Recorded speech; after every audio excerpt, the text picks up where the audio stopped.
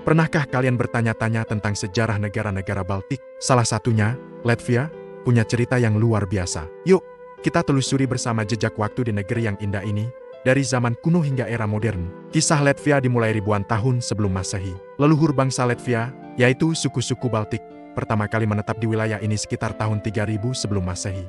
Mereka adalah masyarakat yang tangguh, hidup selaras dengan alam, dan mengembangkan budaya serta bahasa mereka sendiri yang unik. Selama berabad-abad, mereka hidup dalam komunitas-komunitas kecil, berdagang damar, dan mempertahankan tradisi pagan mereka yang kaya, jauh dari hiruk-pikuk kerajaan besar di selatan Eropa. Kehidupan mereka damai, hingga dunia luar mulai melirik kekayaan alam dan lokasi strategis mereka di tepi Laut Baltik. Memasuki abad ke-12, segalanya mulai berubah. Para pedagang dan misionaris Jerman datang membawa agama Kristen dan ambisi perdagangan.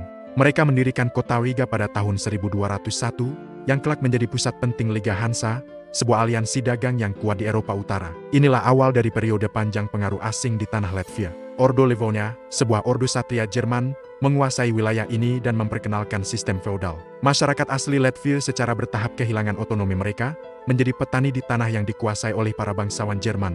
Namun, di tengah tekanan ini, budaya dan bahasa Latvia tetap bertahan, diwariskan dari generasi ke generasi melalui lagu-lagu rakyat atau dainas yang terkenal. Setelah dominasi Jerman, Latvia menjadi rebutan kekuatan besar Eropa lainnya. Pada abad ke-16, persemakmuran Polandia-Lituania mengambil alih sebagian besar wilayahnya. Kemudian, pada abad ke-17, Swedia bangkit menjadi kekuatan dominan di Baltik dan menguasai Riga serta wilayah sekitarnya. Era Swedia ini sering dianggap sebagai masa keemasan karena adanya reformasi pendidikan dan administrasi.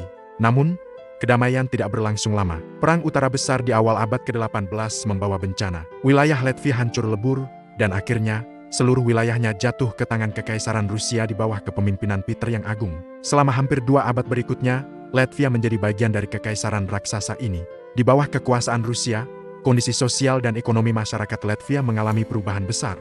Perbudakan dihapuskan pada awal abad ke-19, memberikan kebebasan pribadi bagi para petani, meskipun tanah tetap dikuasai oleh para bangsawan Jerman Baltik. Revolusi industri mulai mengubah wajah kota-kota seperti Riga, yang tumbuh menjadi pusat industri dan pelabuhan utama Kekaisaran Rusia. Bersamaan dengan perubahan ekonomi ini, muncullah sebuah gerakan baru yang sangat penting, kebangkitan nasional Latvia. Dipelopori oleh para intelektual yang disebut Latvia Muda, gerakan ini bertujuan untuk membangkitkan kembali kebanggaan terhadap bahasa, budaya, dan sejarah Latvia. Mereka mengumpulkan cerita rakyat, mempromosikan sastra dalam bahasa Latvia, dan menyelenggarakan festival lagu besar-besaran yang menjadi simbol identitas nasional.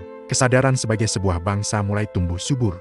Mimpi kemerdekaan akhirnya menjadi kenyataan setelah gejolak Perang Dunia Pertama dan runtuhnya Kekaisaran Rusia. Pada tanggal 18 November tahun 1918, Republik Latvia memproklamasikan kemerdekaannya. Ini adalah momen yang sangat bersejarah. Periode antar perang menjadi masa pembangunan bangsa yang pesat. Latvia membangun institusi demokrasinya, ekonominya berkembang, dan budaya nasionalnya mekar. Namun, kebebasan ini ternyata rapuh. Lokasinya yang strategis kembali menempatkan Latvia di tengah pusaran konflik kekuatan besar. Era modern membawa tantangan baru yang sangat berat. Perang Dunia Kedua menjadi babak kelam dalam sejarah Latvia. Negara ini mengalami pendudukan silih berganti. Peristiwa-peristiwa selama periode ini meninggalkan luka yang dalam bagi masyarakat Latvia. Setelah perang berakhir, Latvia secara paksa dimasukkan ke dalam Uni Soviet. Selama hampir 50 tahun, identitas nasional Latvia kembali ditekan. Bahasa Rusia dipaksakan, dan banyak orang dari berbagai wilayah Uni Soviet didatangkan ke Latvia, mengubah komposisi demografisnya. Namun, semangat kemerdekaan tidak pernah padam. Di dalam hati masyarakat, ingatan akan republik yang merdeka terus hidup. Pada akhir 1980-an, seiring dengan melemahnya Uni Soviet, gerakan kemerdekaan di Latvia bangkit kembali dengan kekuatan penuh.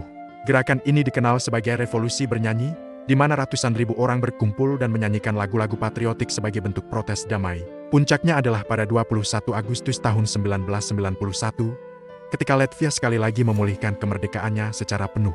Sejak saat itu, Latvia telah bekerja keras untuk membangun kembali negaranya. Mereka bergabung dengan Perserikatan Bangsa-Bangsa, dan pada tahun 2004, menjadi anggota NATO dan Uni Eropa, menandai kembalinya mereka secara penuh ke dalam keluarga besar Eropa.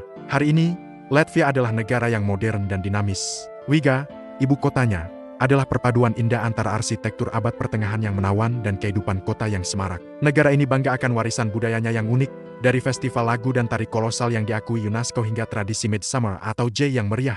Sejarah panjang yang penuh dengan perjuangan telah membentuk karakter bangsa Latvia yang kuat, ulet, dan sangat mencintai kebebasan mereka. Kisah mereka adalah bukti nyata bahwa semangat sebuah bangsa tidak akan pernah bisa dipadamkan.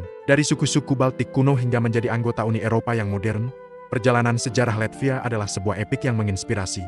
Ini adalah cerita tentang ketahanan budaya, perjuangan tanpa henti untuk meraih kemerdekaan, dan keberhasilan membangun kembali sebuah identitas nasional yang kuat. Terima kasih sudah menyimak perjalanan menakjubkan ini. Jika kalian suka dengan konten seperti ini, jangan lupa untuk like, subscribe, dan nyalakan lonceng notifikasinya agar tidak ketinggalan video kami berikutnya. Sampai jumpa.